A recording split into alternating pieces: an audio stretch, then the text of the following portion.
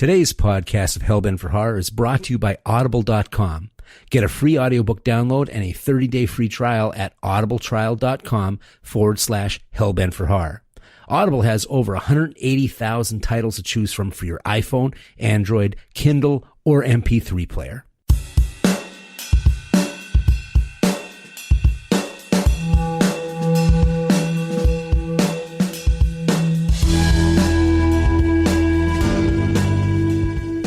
Hi, and welcome to Hellbent for Horror, a podcast devoted to all things related to horror. I'm S.A. Bradley, and I'm a lifelong movie lover, but my heart belongs to horror. My biggest thrill, however, is getting to talk to people about this stuff. I really want to start conversations with you. Before I start the show, I wanted to say hello to a few listeners who wrote me. Casey Van Hise wrote me and said that she wasn't a horror fan growing up because she was convinced that it was all schlock and gore. But as of late, Casey felt more of a connection to horror, and so she found this podcast while she was searching for it. She's an independent video game developer, and the podcast has inspired her to pitch a horror game she's been developing for a while. Casey, I am so glad to hear that listening has sparked your own creativity. I want to hear about how it works out because I'm always looking for the next fix. I also want to say hello to Tazzy, who wrote me on the Hellbent for Horror website. Tazzy is a student of murder ballads and a literature buff, and she shared her first kiss with me, which was the George Pal version of War of the Worlds. She watched it with her dad when she was 5, and she couldn't understand why aliens would destroy all the land they wanted to take from us by invading. It's a valid question. When she would get too scared, her dad would rewind the movie and show her how you could just see the strings on the alien models. Tazzy, thank you for not only sharing your first kiss, but also supporting the show.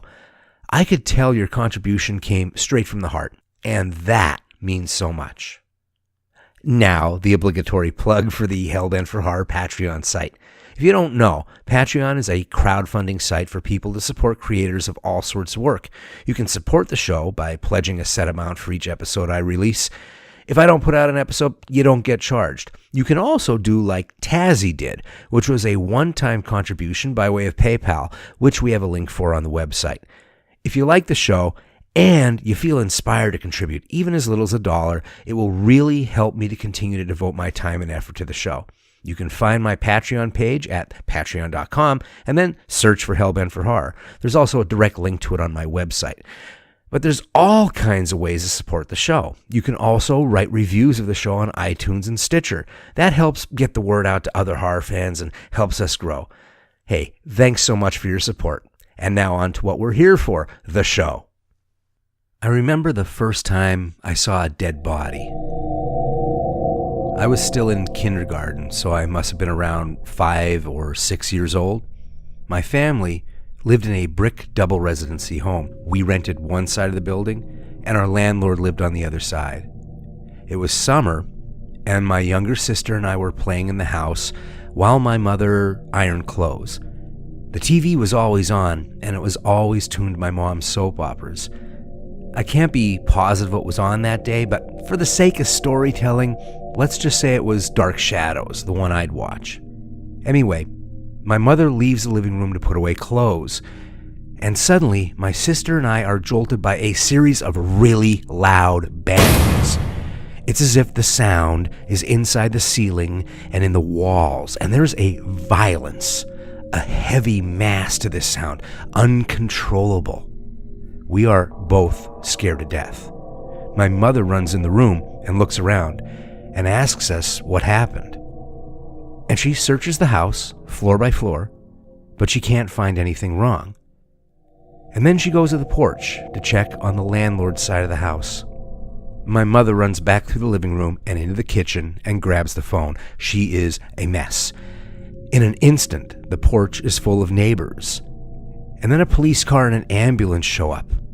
In all the chaos, my mother forgets about my sister and me. So I sneak up to the door. I hear my mother telling a neighbor that our landlord had a massive heart attack and fell down the stairs and died instantly. And then I see them removing his body from the house. He's on an old-fashioned gurney, but they haven't covered his face with a sheet. I just remember how wide his mouth was open, like a deep, silent moan.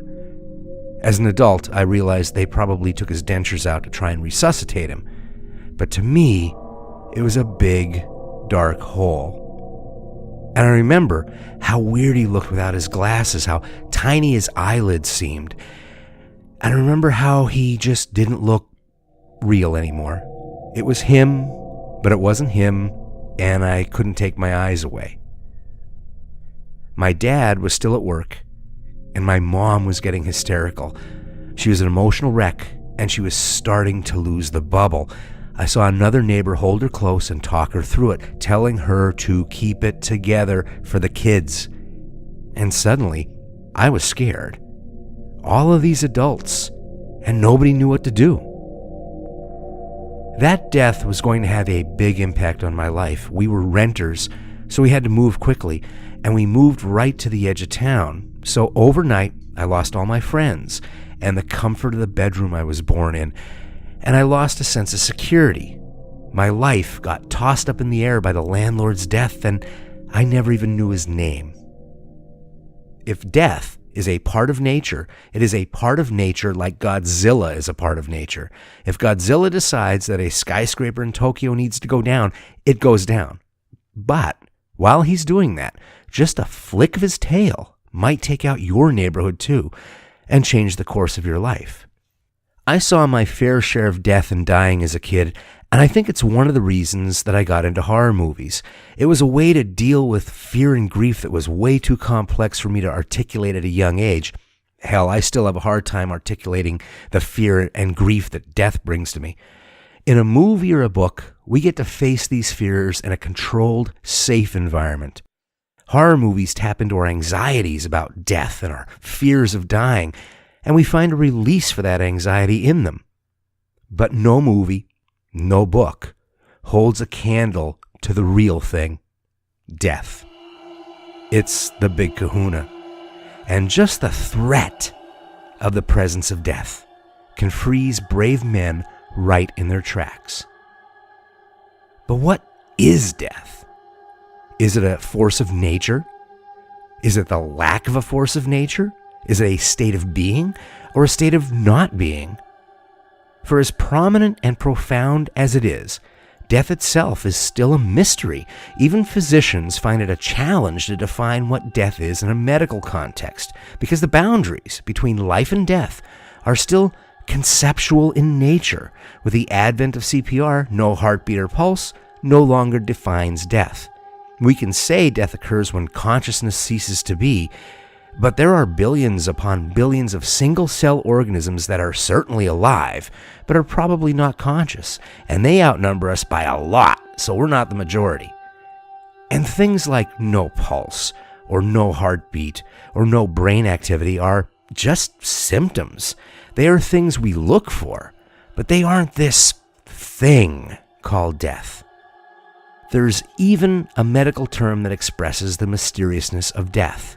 Senescence refers to when a living being can survive all the calamities that life throws at it, but the being eventually dies from old age anyway. Things just start to shut down on a genetic level. Nobody knows why this happens, and it happens 150,000 times a day across the world. It's no wonder we think of it as a force, or an entity, or a supernatural being. It's no wonder that we personify death as something alive. The most common personification of death is the Grim Reaper, a living skeleton in a cloak holding a scythe. It's probably the most instantly recognized image right after how we personify the devil, the red devil. In our culture, the devil represents evil. But death isn't really evil, is it? Death just is. You might go your whole life and never find yourself in a situation where you come face to face with the devil. But death knows each and every one of our names. Maybe that's why so many movies and books show the Grim Reaper in a humorous or a tongue-in-cheek manner. It's an uncomfortable subject, and we know how the story ends, so we may as well laugh. But Some movies and books examine the terror and the sad poetry of meeting the Reaper. The most famous is probably Ingmar Bergman's vision of death from The Seventh Seal. In that movie, a disillusioned knight returns from the Crusades, only to find out that his homeland of Sweden is stricken with the Black Plague. He is met on the beach by Death, pale and dressed in black. Death lets the knight know he's been waiting for him. Now, this knight is a chess player, so he tries to delay the inevitable by challenging Death to a game. Death agrees. And this starts a chess match that continues as the knight and his companions travel back to his castle. Nobody else can see Death, so his companions assume the knight is playing chess alone. All through this journey, the knight meets people who call out to a god who doesn't answer them. The plague kills both the holy man and the witch equally, and God is silent. All the while, Death is there, moving the chess pieces expertly. Death says, "No one escapes me." And in the end, Death has known all the chess moves in advance. And we come to realize that the knight didn't even buy himself an extra second. Everything happens on Death's timetable. Death is like a boxer who cuts off parts of the ring from his opponent, biding his time. He is always moving forward towards his final objective. No one escapes him. The title of The Seventh Seal comes from a passage in the Bible. It says, "When the Lamb broke the seventh seal, there was silence in heaven." When death is upon us and we know it, we cry out in desperation for God. We cry out for mercy and for more time. But the only one there for us, the only one who hears us, is Death. That is the silence in heaven. Now, not all movies and books use the traditional look for the Grim Reaper. Sometimes Death is a beautiful woman, like in Jean Cocteau's Orpheus or Bob Fosse's All That Jazz. And sometimes Death can hide in plain sight. One of the more striking modern images of Death is the tall man in Don Coscarelli's cult horror film Phantasm. The movie is a surreal look at our fears around death. The fear of what happens to loved ones after they die. And the fear of being left behind, helpless and alone. And the fear that no matter what we do, none of us can outrun death. Because every time someone we know dies, it is a reminder that death is getting closer to us. Don Coscarelli has said that Phantasm explores the way we handle death in America, how we hand off our dead to strangers who cover the body with makeup and a dress suit. These strangers make our loved ones look like they're only sleeping. And then the dead are hidden in a casket, and that casket gets hidden in the back of a hearse. And the hearse drives to a big marble mausoleum where the dead will be hidden in a crypt out at the edge of town. We try to distance ourselves from death, but trying to do that is like putting makeup on a corpse and pretending it's only sleeping.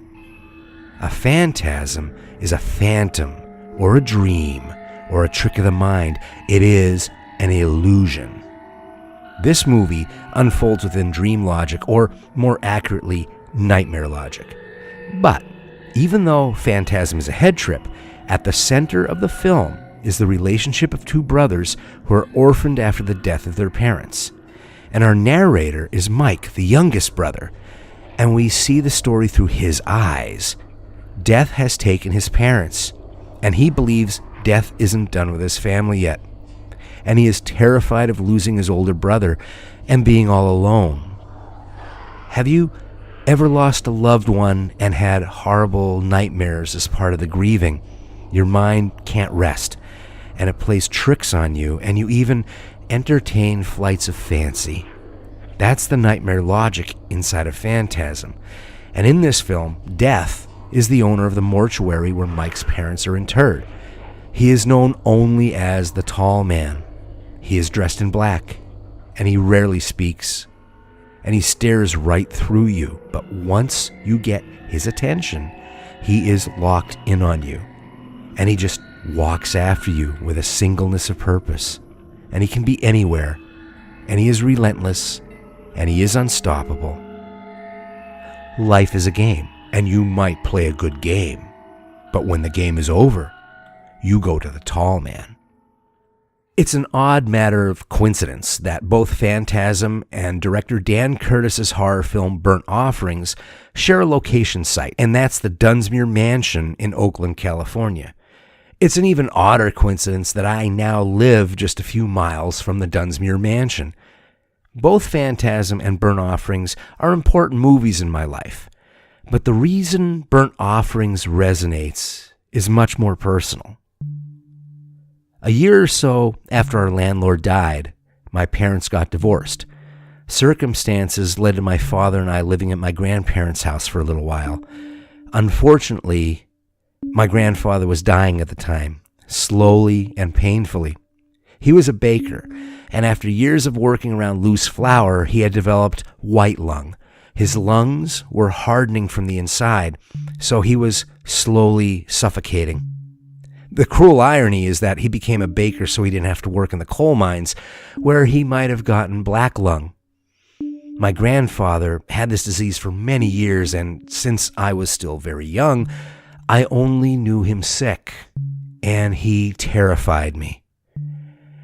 I remember watching a slideshow of my parents' wedding day, and in one of the pictures was my grandfather, dressed smartly in a black tux.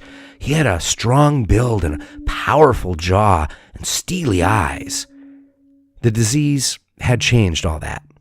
The man I knew was skin and bones, and his gray hair was slicked straight back with sweat, and his bloodshot eyes were full of a mixture of fear and rage. He was on the living room couch all day, and he slept there all night, coughing and cursing loudly. He would pound his fist on the coffee table when a cough doubled him over. And he would stare at me when I walked in the room, and I was afraid to look him in the eye. But I did watch him all the time. I'd sneak down the stairs and spy on him from between the banister posts, kind of like the narrator in The Telltale Heart watched the old man with the cloudy eye. I kept my eye on my monster. From my perch on the staircase, I also saw my grandfather when he was scared. Every few days, the doctor would make a house call and give my grandfather injections. He would moan and he would whimper and he'd curse while the doctor looked for a good vein. Sometimes my grandmother would hold him down when he writhed in pain. Sometimes it was my father who held him down when the panic set in. And that's where Burnt Offerings comes in. The story follows a family who rents an old, shabby country mansion for the summer, but the shabby house is alive, and it feeds off the life force of its occupants. For instance, if someone cuts their hand, the dead flowers in a vase come back to life. And the house wants to regenerate, and it will slowly suck the life from all the occupants. The idea is creepy, to be sure. But the reason Burnt Offerings haunted me for years was because of one scene. The husband in the movie has a recurring nightmare about his mother's funeral when he was a little boy. He was terrified of her chauffeur, who was dressed in an all-black uniform with a matching driver's cap and dark sunglasses that covered his eyes. This chauffeur stared at the boy all through the funeral, and at the end gave him a menacing smile. This dream traumatized him as a child, and now he's starting to have it again. And even worse, he starts to imagine he sees the antique hearse driving on the country roads, and he imagines that the chauffeur looks out and gives him that horrible smile again. And then his elderly aunt, who is vacationing with the family, suddenly starts to die. Her health rapidly declines. In the morning, she's a little tired and misses breakfast, but by nightfall, she is writhing and screaming in pain on her bed. We hear bones cracking, and her body twists up, and she moans, and she pants like a sick dog. Her bloodshot eyes roll into the back of her head. She isn't only dying, she is dying horribly. She is dying like my grandfather. And her nephew, the husband, is holding her down. helpless to do anything else, like my father held down my grandfather. And then, while the husband holds his aunt down, he hears a car approaching.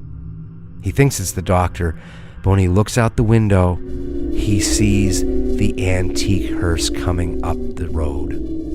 The Grim Reaper is approaching. The husband is trapped in a wide-awake nightmare, and all he can do is hold on to his aunt and whimper in fear. And then they both hear the front door open downstairs, and they hear something heavy dragging across the floor.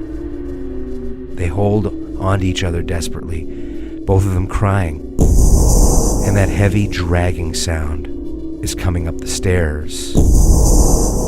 And then it is outside the closed bedroom door. And then the bedroom door crashes open, and the aunt and the nephew scream. Standing there is the chauffeur, who gives them a horrible smile. In front of him is a casket on a gurney, and as they scream, he rolls it into the room, and then the screen goes black. I saw Burnt Offerings the same year my grandfather died. And when I saw that scene, I remembered wishing my grandfather would die, just so I wouldn't fear him anymore. Even though I was too young to know the selfishness of my thoughts, I felt the regret, and I knew how cruel that thought was when he died.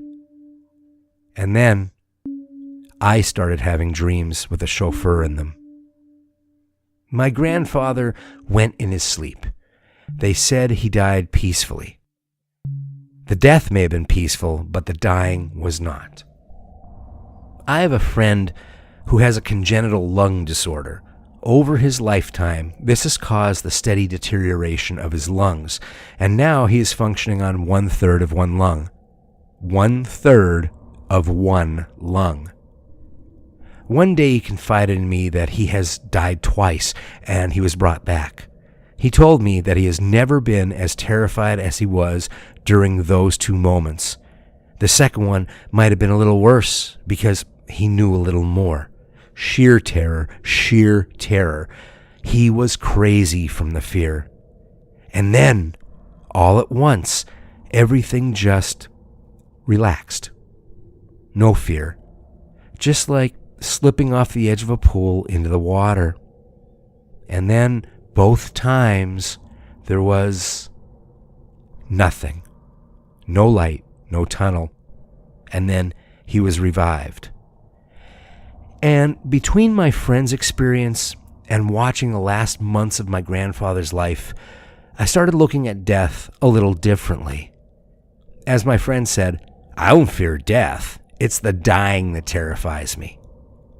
It's being aware of what is happening to you and being aware that it's out of your control. It's the horror of knowing.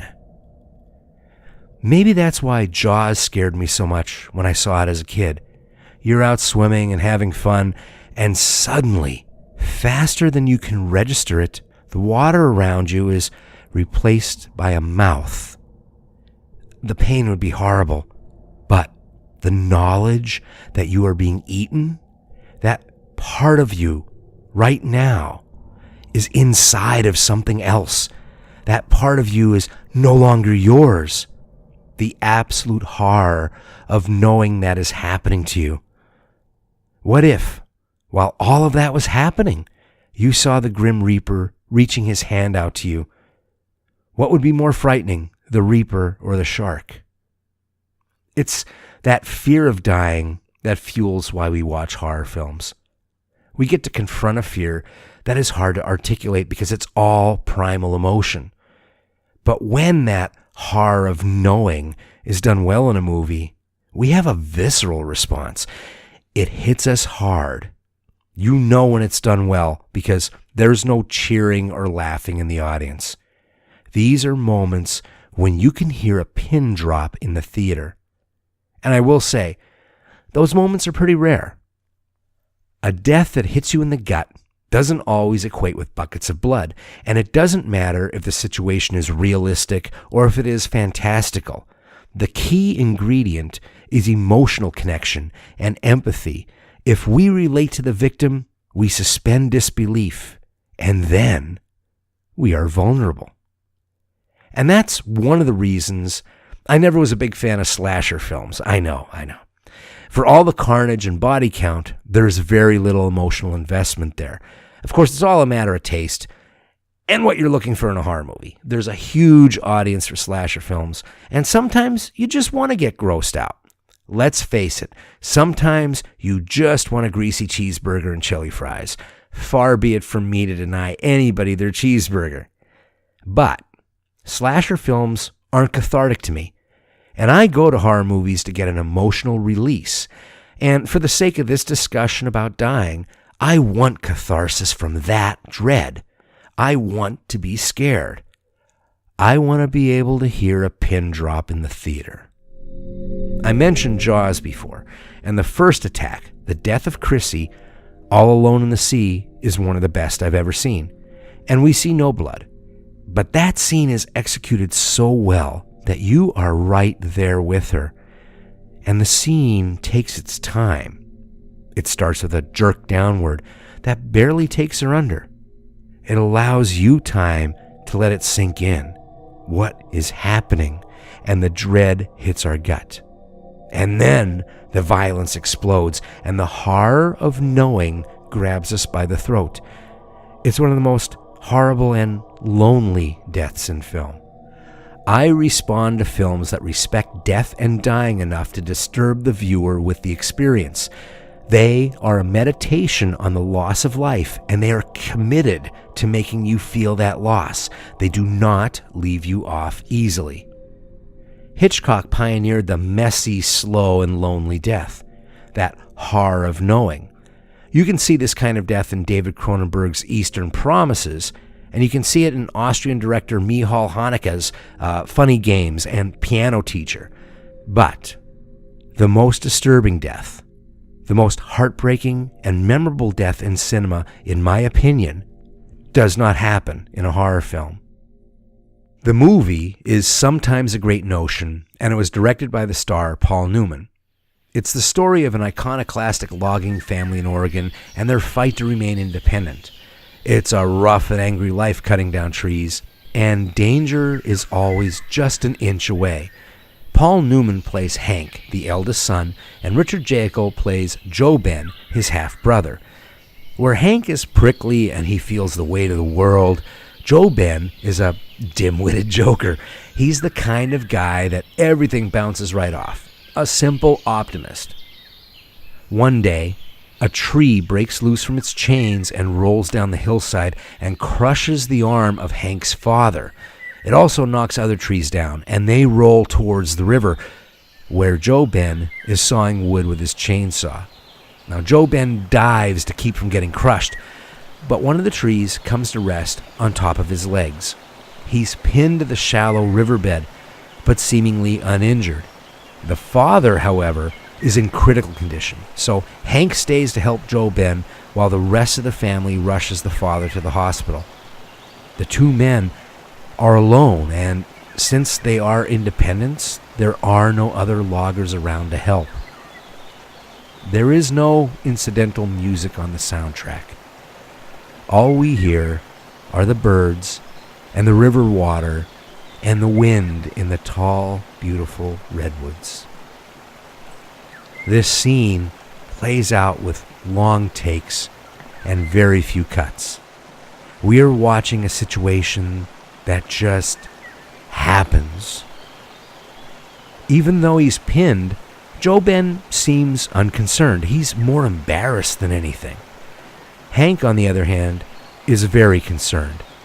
Although he tries not to show it in front of Joe Ben, Hank walks around the tree again and again, trying to assess the situation. He thinks about digging a hole, but Joe Ben is sitting on an underwater rock shelf.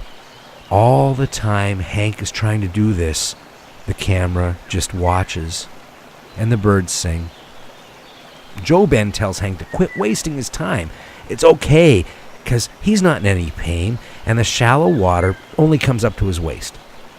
Hank grabs a chainsaw, and he says he's going to split the tree, And Joe Ben argues it's too big of a tree. They're having a sibling argument, with Joe Ben wisecracking his worrywart brother. But we aren't laughing. The scene hasn't cut.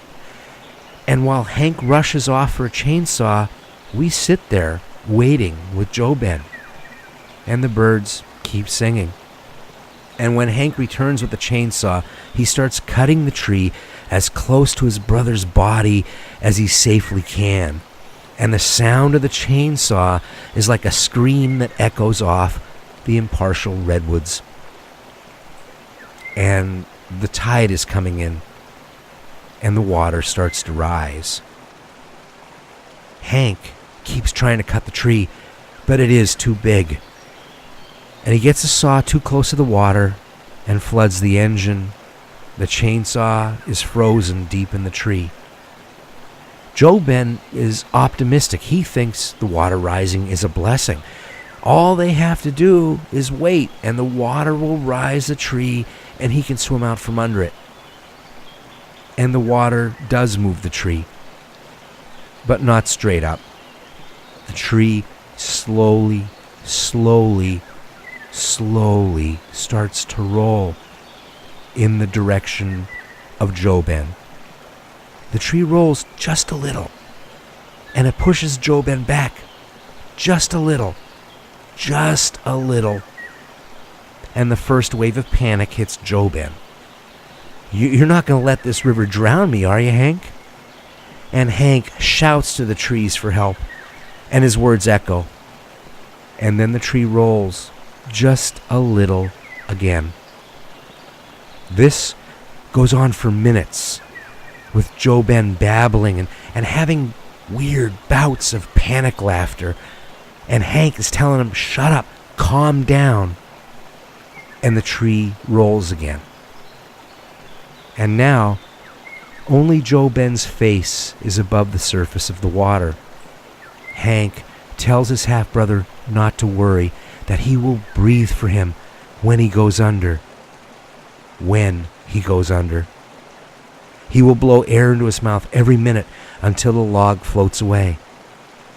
And Joe Ben does go under. And Hank keeps his promise and blows air into his half-brother's lungs. And they sit there, staring into each other's eyes, never looking away from each other. Every second is so important. And Hank sees it happen.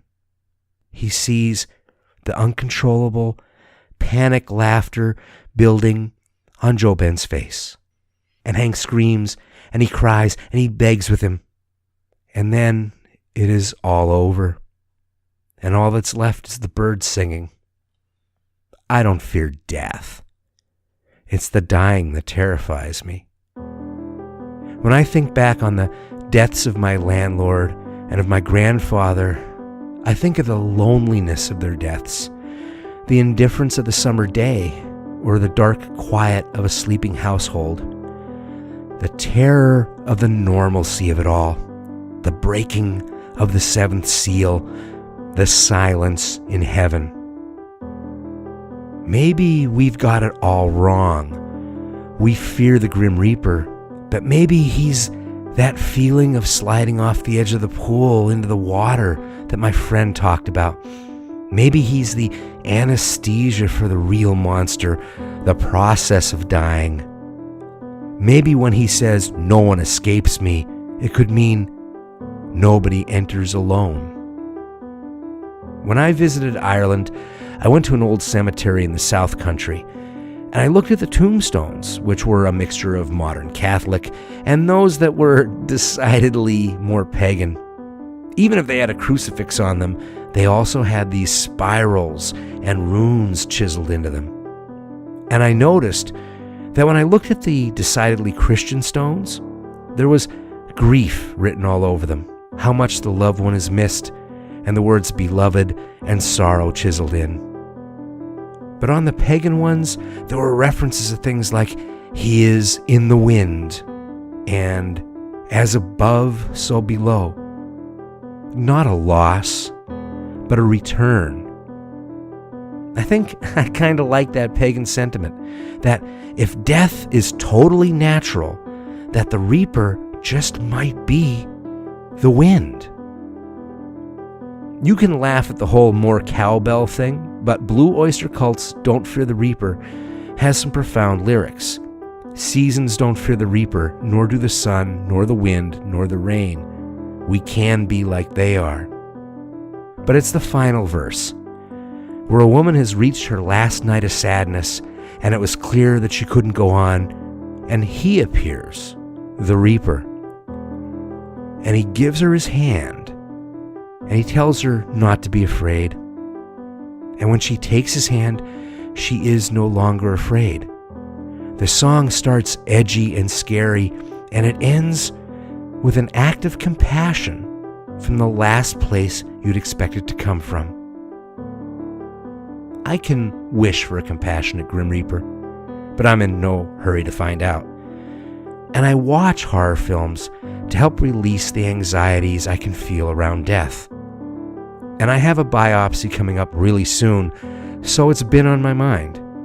Sometimes I talk about death to shine a flashlight on that scary part. I walk towards the things that frighten me.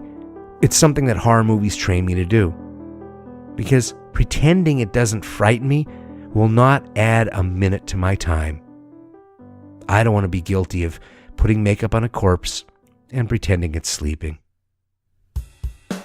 And thanks for listening to my show. I'd love to hear back from you. You can email me directly at scott@hellbentforhorror.com. And I've also updated my Hellbent for Horror website, hellbentforhorror.com.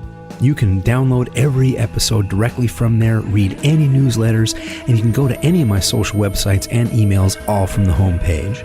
You can IM me on my Facebook page at facebook.com/hellbentforhorror, and you can find me on Twitter at hellbenthorror.